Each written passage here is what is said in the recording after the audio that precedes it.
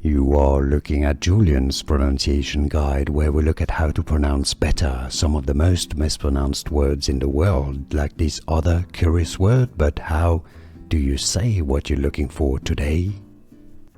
Let's learn once and for all how to pronounce this word correctly in English. If you want to learn more correct pronunciations indeed, make sure to stay tuned.